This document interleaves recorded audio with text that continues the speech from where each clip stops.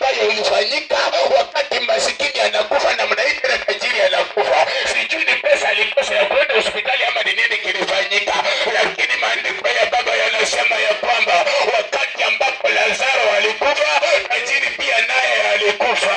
Na ukiwa kuzimuni, maandiko ya Baba yanasema ya kwamba kulikuwa na tajiri ya ng'ambo na kukawa na maskini ambaye yuko ng'ambo nyingine.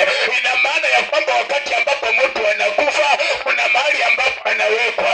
Wengine huwa wanasema ya kwamba kwa sababu nimekosana na wewe tutasameana mbinguni. Nataka uchukue maandiko haya ya kwamba wakati mtu anakufa, kuna mahali ambapo anawekwa. Mahali ambapo Lazaro aliwekwa ilikuwa tofauti na mahali ambapo tajiri amewekwa. Ikawa tajiri akiwa anaangalia, anaona Lazaro yuko kwa kifua cha Abrahamu, akawa anachomeka, anaungua. Akauliza ya kwamba mimi nitafanya namna gani?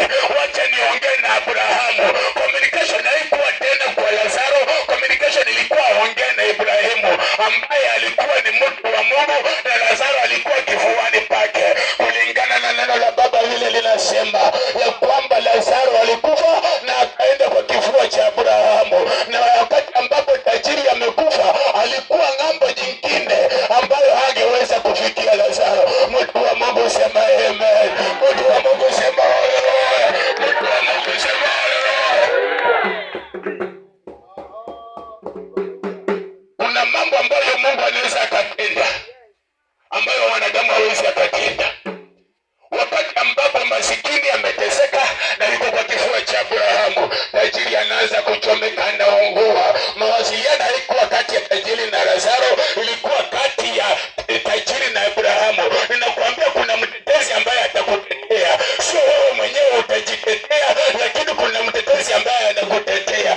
Licha kwamba umeteseka, licha kwamba umesemwa, licha kwamba jamii wameidhihaki, licha kwamba mmesemwa vibaya, licha kwamba mmekosa mwelekeo, lakini kuna mtu atawatetea. Jinsi ambavyo Lazaro alikuwa kwa kifua cha Abrahamu, jinsi ambavyo aliburudika na tajiri akiwa anateseka, ninakuambia kwamba kuna Mungu ambaye atakuokoa.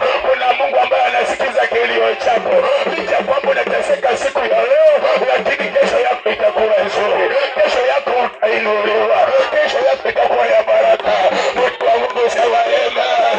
Mtu wa Mungu sema haleluya.